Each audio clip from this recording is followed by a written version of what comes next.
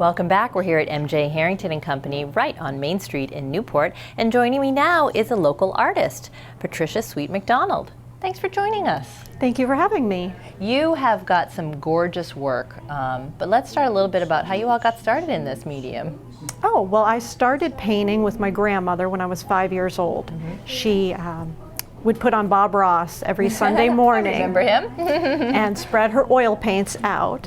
I started to dabble. And I dabbled for about 4 years, and at the age of 9, I had enough to exhibit and have a solo show at the local library. At 9 years old? At 9 years old. Wow, and oils are not a forgiving medium. I'm so surprised to hear you started with those. Those were what were offered to me because my grandmother had purchased them. I enjoy working with oils though because they stay moist, and it's easy to correct mistakes and to put add-ins. Yes. Very nice. So what type of mediums do you work in besides oil? Well, I do enjoy painting in watercolor and acrylics as well. They lend themselves to different scenes. Watercolors are not as forgiving because they're transparent and dry immediately.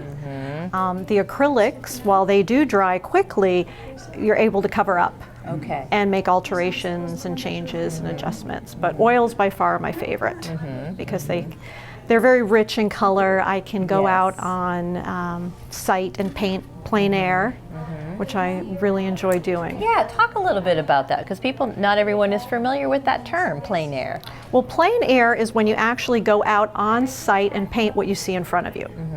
Now, that can be very challenging because the atmosphere is constantly changing. Cloud coverage changes the light. Rain can come, there's bugs that you have to be contended with, and the wind.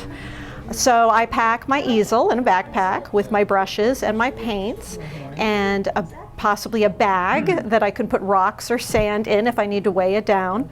An umbrella is always nice because you're out in the sun and can be out there for lengthy amounts of time. And a lunch, of course, and plenty of water. But what do you like about that perspective as opposed to painting from a photograph?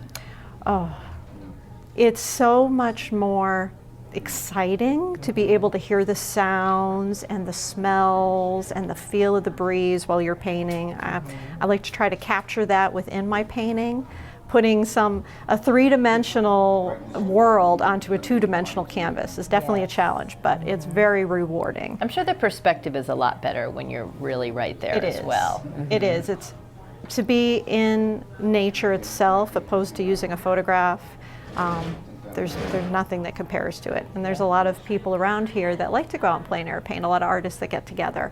And I do enjoy getting together as a group and sharing what we see and talking about the scenes and laughing and painting together. And I can go out with 15 artists and every painting will be unique and individual, but we can all be painting the exact same. That is amazing. Yes, I've seen that at the Fells, which is one of the plein air events that you are going to be participating in. Yes, this July, the 19th and the 20th, I believe. Yes, you've got that. And then there's one in Warner as well. Coming up right around the corner, it's May 17th. It's the Spring into Warner Arts Festival. Wonderful. And that's when you've got multiple artists all painting outdoors. Yes, there'll be several artists and crafters there that day. I'll be out right on Main Street. Not sure what I'm going to paint yet. It's hard to tell because the snow hasn't melted and I haven't been able to. Hopefully there'll be a little spot. something up by then. Yes, yes. And then you're waiting, you've got an exhibit possibly coming up at the Library Arts Center right down the street. Yes, I'm submitting to the Library Arts Center for the regional exhibit. They have that annually. They have a jewelry art exhibit, is that right? Yeah. Okay, so we'll keep our fingers crossed that we can see you in there as well. And I'll also be in Concord at the Works.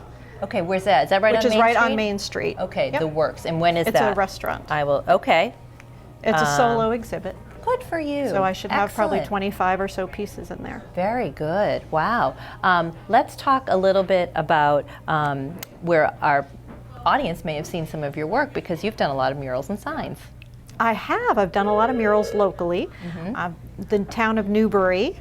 I did the murals in the children's library room. Okay, that's an award-winning library. Yes, it's a beautiful library. It's such a beautiful library.